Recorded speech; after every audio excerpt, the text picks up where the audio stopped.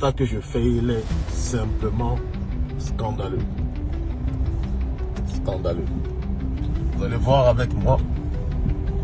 Là, je pars du poste 1, qui est le poste pétrolier. Tout est en arrêt. Tout est en arrêt. Ça veut dire qu'ils ont arrêté le déchargement du navire de pétrole. Ça veut dire que ils ont arrêté les déchargements des autres navires. Quand on sait quel est l'impact, si on n'a plus de carburant, comment est-ce qu'on fonctionne? Incroyable.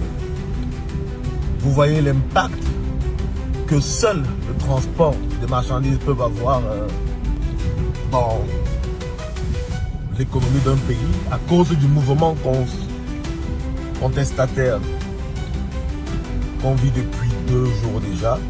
Tout est en arrêt. Les navires sont à quai. Pas de camions pour décharger.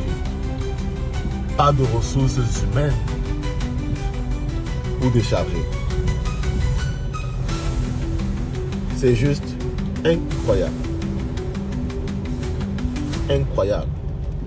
Là, on a le clinker, la matière première d'une cimenterie. Je ne sais pas quelle est la cimenterie qui a commandé ce clinker. En arrêt. Le navire était presque vide quand on voit le tirant d'eau à quai. Le navire était presque vide. Ils ont arrêté. Les magasins sont vides, pas de ressources humaines, pas de dockers. Il y avait du trafic de partout, que ce soit des véhicules, que ce soit des personnes. Mais là, tout est en arrêt.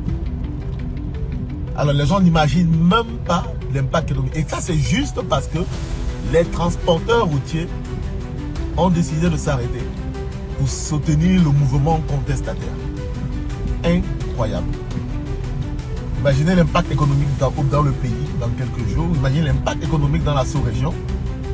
Mais aussi l'impact futur. Parce que demain, les armateurs vont refuser d'envoyer leurs navires au Cameroun. Parce qu'ils vont se dire que les délais d'immobilisation des navires à quai sont prolongés. Le pays est incertain.